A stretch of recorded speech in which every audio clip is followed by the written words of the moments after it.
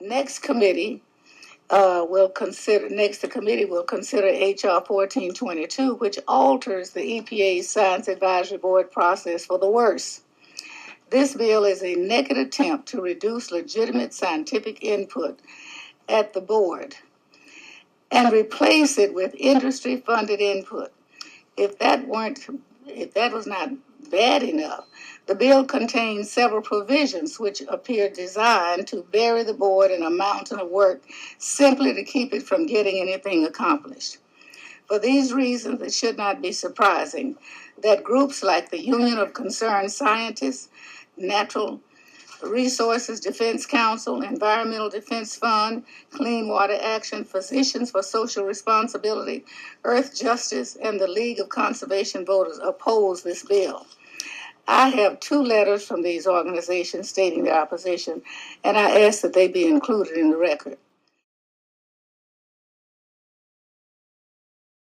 Mr. Chairman, much of what the majority is proposing to do today in this bill appears to be designed to weaken the scientific independence and integrity of the Science Advisory Board.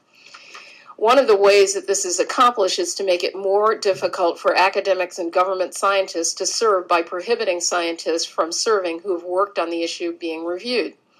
At the same time, the bill makes it harder for independent researchers to serve on the board. The bill does, however, encourage greater participation by industry groups.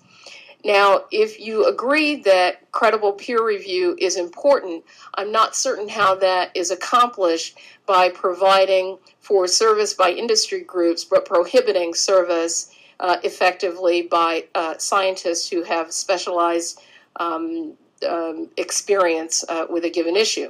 I think this is a really terrible trend, and I think it's clearly one that's designed to subvert the scientific review process. Now, I'm not an unreasonable person. I think industry scientists and engineers can bring relevant and unique perspectives to the table, and that they should be included in this process. My amendment would allow those people to serve on the board. However, my amendment limits their participation to 10% of the board because we don't want the industry to dominate or co-opt the review process. There's a difference between participation and domination, and my amendment ensures that the board doesn't become dominated by corporate interests.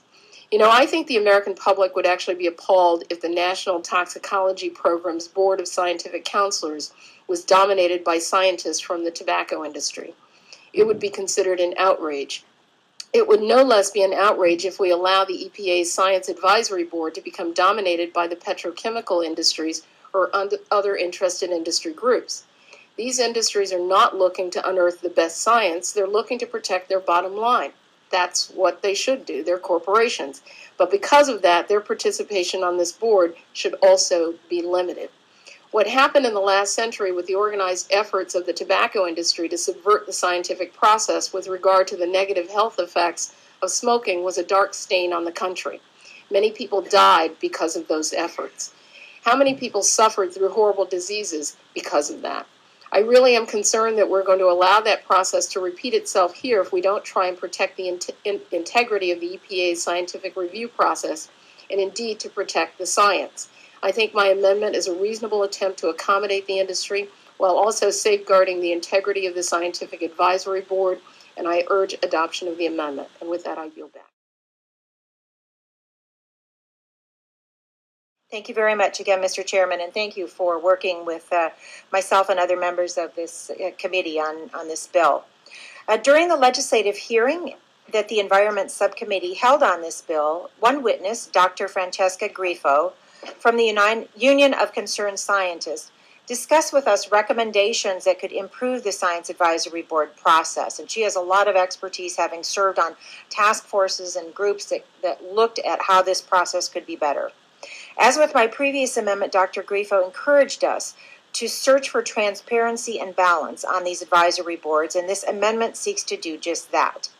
Under current law, the EPA is allowed to waive conflict of interest requirements for nominees to science advisory boards, committees, and panels. This amendment will require the EPA to disclose those decisions to the general public unless prohibited by other provisions of law. The disclosure requirements in this amendment will bolster public confidence in EPA's decision-making process and free academics from unfair accusations about the integrity of their perspective. And I thank the chairman for this opportunity to speak, and again for working with us on these amendments, and I urge adoption of the amendment. Thank you very much, Mr. Chairman, and with that, I yield back.